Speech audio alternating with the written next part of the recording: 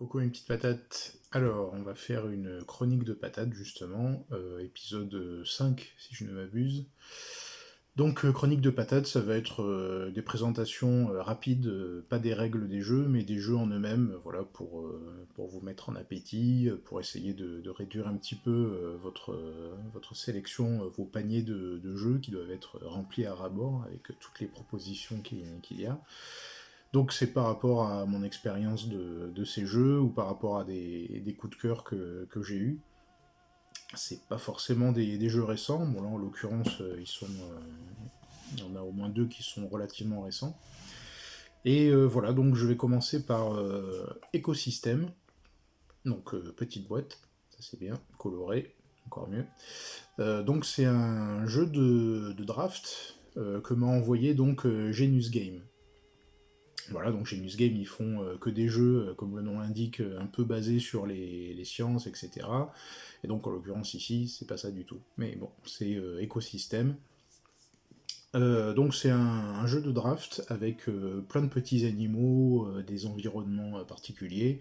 Et tout simplement, il va falloir essayer de comboter, en fait, le mieux possible chaque animal avec d'autres ou des environnements en sachant que comme c'est du draft, on prend une carte sur une main de 10 qu'on a au départ, on passe au voisin de gauche, on récupère celle du voisin de droite, on pose une carte et on va essayer comme ça de scorer le plus efficacement possible, en sachant que on va faire deux tours comme ça, donc on posera 20 cartes en tout, donc c'est très rapide, c'est 15-20 minutes, comme c'est prévu.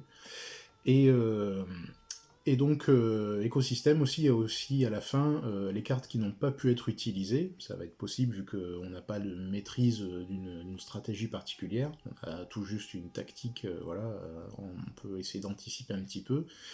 Donc les cartes qu'on n'aura pas pu utiliser pour comboter, pour scorer, peuvent faire perdre des points. Donc en fonction du nombre de ces cartes inutiles. Donc c'est pas mal. Donc tout petit jeu, il n'y a pas non plus, c'est pas un truc, ça n'a pas le niveau de Cascadia, qui n'est pas non plus un jeu énorme, mais voilà, j'ai trouvé ça assez fluide, assez plaisant, donc je le mentionne, et puis voilà, donc sinon c'est bien foutu, c'est un draft hyper basique, hein, donc c'est juste que les illustrations sont très jolies, c'est de Lindsay Falson, voilà, j'allais dire joli, je sais pas pourquoi. Lindsay Falson, c'est de Matt Simpson. Voilà. Donc, valeur sûre, petite boîte. Je sais pas si elle est localisée en France. J'ai pas regardé, comme c'est Genius Game qui me l'a envoyé directement. Mais en tout cas, ouais, si vous avez l'occasion d'y jouer, bah, essayez-le. Il est très très bien, très rapide, très fluide, très plaisant. Voilà. Donc ça, c'était Écosystème. 404 m'a envoyé Osirium. 404 Board Game, leur nouveau studio qui fait des jeux.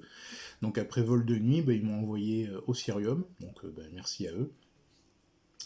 Jeu de tuiles, combo essayer d'agencer des tuiles sur un plateau central en fonction de cartes d'objectifs qu'on a sur nos plateaux individuels.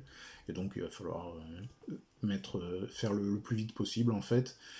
Le petit truc sympa, c'est qu'on peut choisir de jouer ordre ou chaos. Donc sur chaque tuile, en fait, sur chaque carte qu'on va compléter, on aura l'occasion donc soit de prendre des points de victoire, soit de détruire des tuiles qui seront sur le plateau central. Donc ça c'est pas mal parce que ça nous permettra à nous de progresser dans le sens que l'on veut, mais surtout ça va ralentir les autres qui peuvent éventuellement faire plein de petites cartes rapidement.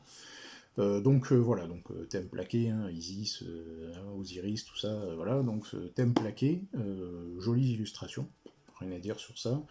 Le jeu est pas non plus super original, hein, des jeux de tuiles comme ça que l'on pose, qu'on va essayer de faire communiquer pour former des rituels, bon, c'est...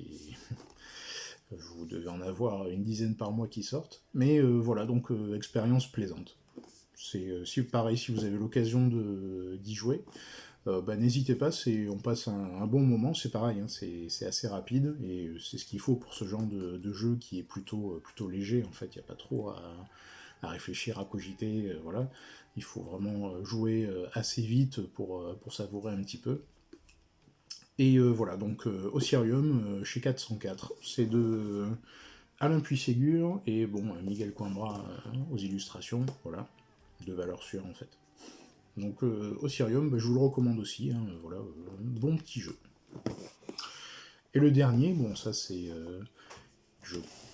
j'espère qu'il est un peu plus connu, hein, il est un peu plus ancien, il a un peu plus de bouteilles.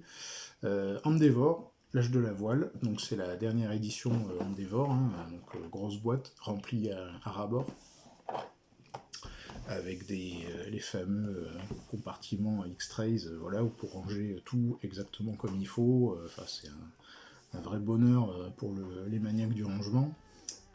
Endeavor, donc, ça c'est... alors c'est un gros jeu, mais qui est très simple à prendre en main, on va dire ça comme ça. C'est un gros jeu, il prend de la place déjà, le matériel, les plateaux individuels sont énormes.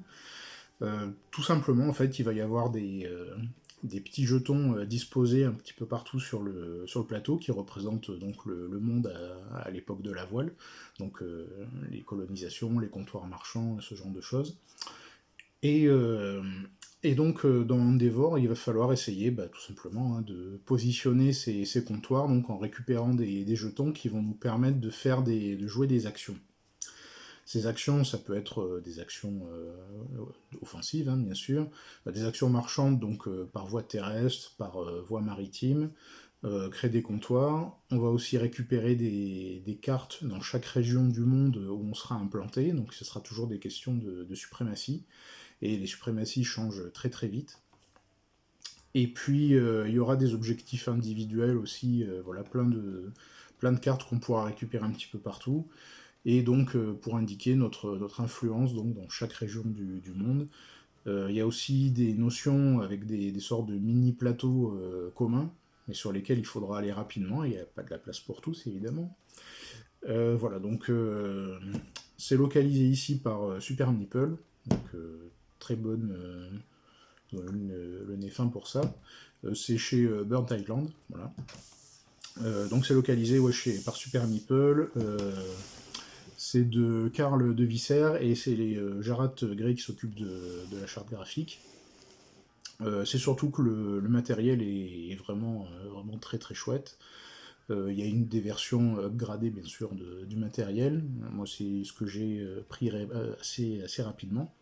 Le jeu est vraiment très fluide en fait. C'est un gros jeu comme un jeu de civilisation si on veut, c'est un jeu de commerce, etc. Mais il est vraiment hyper fluide, c'est vraiment très simple, les plateaux principaux sont vraiment énormes, mais justement ça permet de jouer en fait, parce qu'on va récupérer des tuiles. On va récupérer des tuiles en fonction des progressions qu'on aura fait sur des différentes échelles. On pourra récupérer des tuiles évidemment de plus en plus puissantes qui nous permettent de faire de plus en plus d'actions efficaces. Donc on peut se concentrer tout simplement sur quelques actions fortes qui vont nous permettre de jouer d'une certaine manière, ou essayer de taper un petit peu partout. C'est possible aussi dans ce jeu, en fait, ça peut rapporter pas mal de points. Donc voilà, pour vous dire que Endeavor, vraiment, dans les jeux, dans les gros jeux, il est vraiment hyper plaisant. Il est très accessible en plus, et ça c'est rare. Moi c'est ce que je recherche maintenant et j'en trouve pas beaucoup.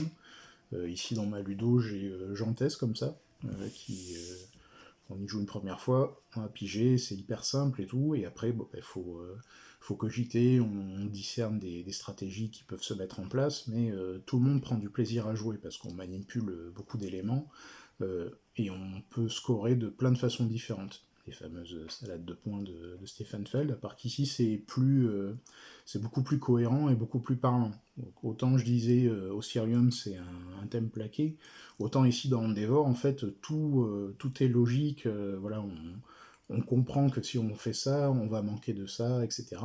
Sans que ce soit bloquant ou gênant ou difficile à saisir. Voilà, donc c'est un sacré tour de force en tout cas. Donc Endeavor, je vous le recommande chaudement. Alors évidemment, c'est un gros jeu, grosse boîte, etc. Avec du très beau matos, donc c'est un peu coûteux. Mais si vous avez l'occasion de l'essayer en ludothèque par exemple, vraiment il faut le faire parce que c'est une super expérience ludique. Donc voilà mes petites patates pour ce chronique de patates. Si vous avez envie que je vous parle de certains jeux, alors pas des nouveautés parce que j'en ai pas forcément beaucoup, et puis de toute façon, je peux difficilement parler de nouveautés sans y avoir joué. Mais si vous avez des jeux voilà, un peu difficiles, où il est difficile de trouver des règles en VF par exemple, ça j'en ai. Donc n'hésitez pas à demander dans les commentaires. Donc sinon, abonnez-vous, partagez, voilà. Il y a un Tipeee, voilà. Et puis dites-moi si ces jeux, si vous avez joué à ces jeux déjà. Est-ce que vous en avez retiré, si ça vous a plu ou pas, ou bof, voilà, c'est très possible. Donc n'hésitez pas à me le dire en commentaire. Voilà pour moi mes petites patates, portez-vous bien, et puis à bientôt.